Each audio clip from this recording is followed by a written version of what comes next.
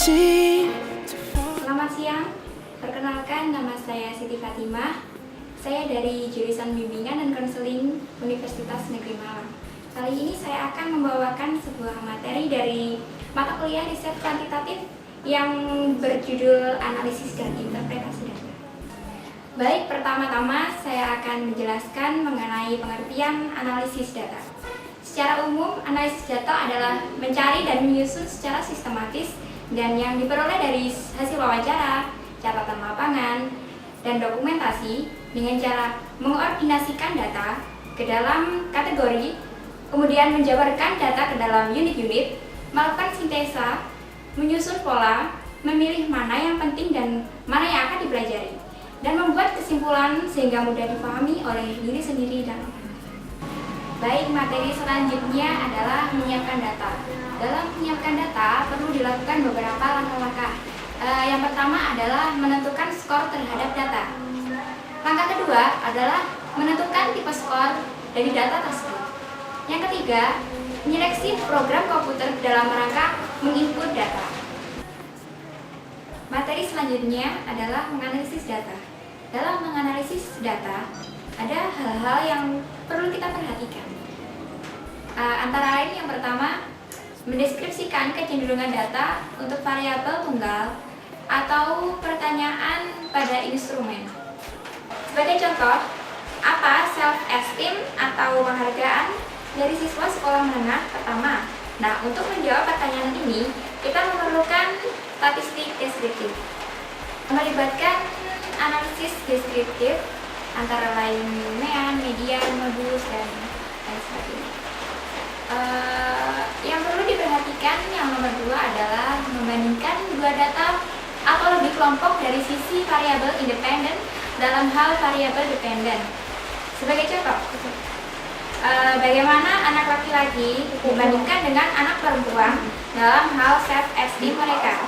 Nah, untuk menjawab pertanyaan ini, kita memerlukan statistik inferensial yang memungkinkan untuk menganalisis data dari sebuah sampel untuk mengambil kesimpulan tentang sebuah populasi yang tidak diketahui.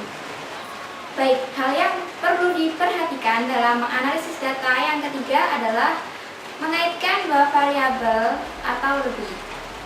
Sebagai contoh, misalnya apa self-esteem yang berhubungan dengan sikap yang optimis. Nah, dalam menganalisis hal ini, kita memerlukan statistik inferensial. Yang terakhir yang perlu diperhatikan adalah mengetes hipotesis tentang perbedaan antara kelompok atau hubungan antar variabel-variabel. Sebagai contoh, anak laki-laki memiliki self-esteem yang lebih tinggi daripada anak perempuan. Nah, dalam menganalisis hal ini, kita memerlukan statistik inferensial juga.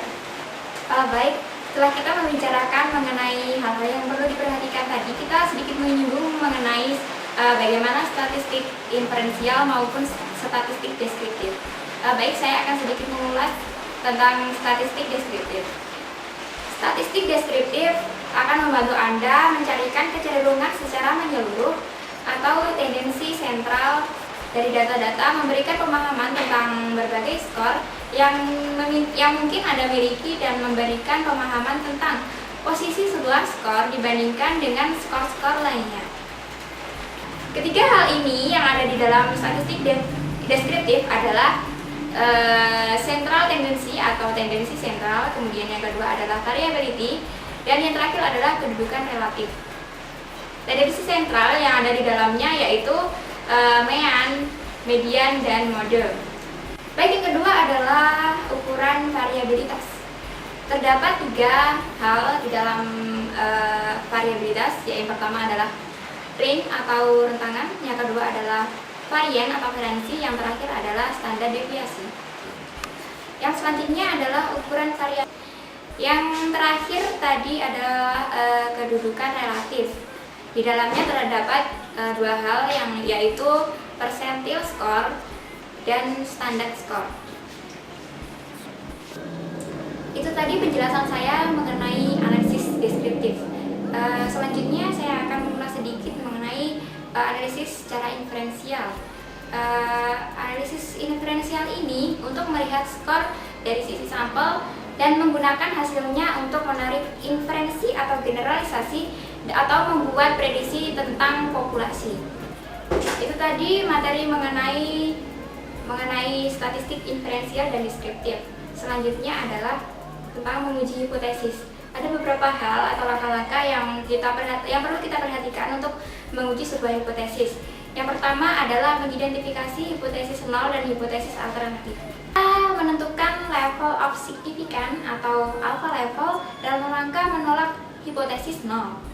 Langkah yang ketiga adalah mengumpulkan data dari hasil analisis di atas tadi. Selanjutnya, kita menghitung statistik sampel. Dan yang terakhir, membuat keputusan tentang menerima atau menolak hipotesis nol. Baik, materi selanjutnya yaitu kesalahan potensial dalam hasil penelitian. Ada beberapa kesalahan potensial yang perlu kita perhatikan. Yang pertama adalah si peneliti tersebut menolak hipotesis nol atau tidak terdapat perbedaan. Baik, kesalahan kedua adalah si peneliti ini bisa berbuat kesalahan dengan jalan tidak bisa menolak hipotesis nol. Baik, yang ketiga adalah si peneliti bisa menolak hipotesis nol ketika ia seharusnya menolak karena memang terdapat pengaruh dalam hal tersebut. Baik, kesalahan yang terakhir adalah si peneliti bisa gagal menolak hipotesis nol yang seharusnya tidak ditolak karena memang tidak terdapat pengaruh. Baik, itulah beberapa kesalahan tentang penelitian.